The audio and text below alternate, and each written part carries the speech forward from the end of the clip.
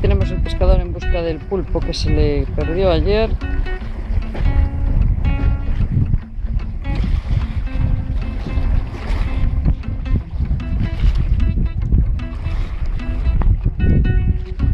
A ver si hoy lo pilla.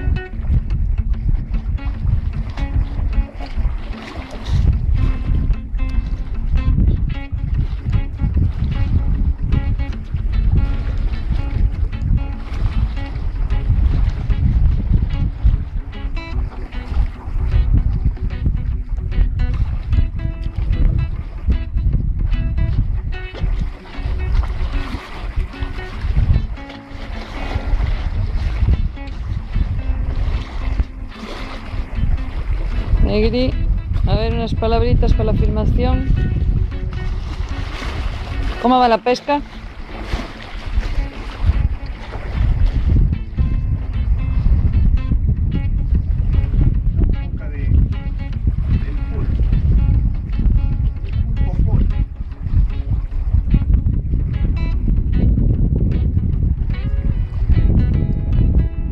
Es un día espectacular aquí.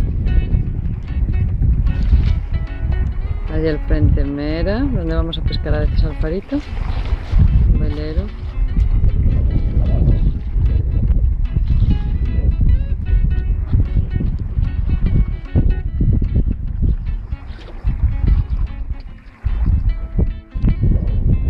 Y aquí estamos en la escollera de Oza. Después obviamente domingo, asadito. Y aquí viene Pulpo Man, se va a buscar otra cuevita en busca de lo que salga: congrio, barbada, pulpito. Yo vengo preparado con el arma mortal.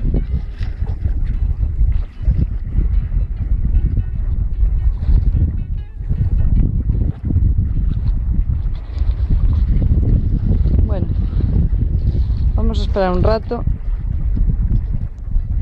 Y si el cefalópodo sucumbe al engaño del negro, conectaremos de nuevo. Chao, chao.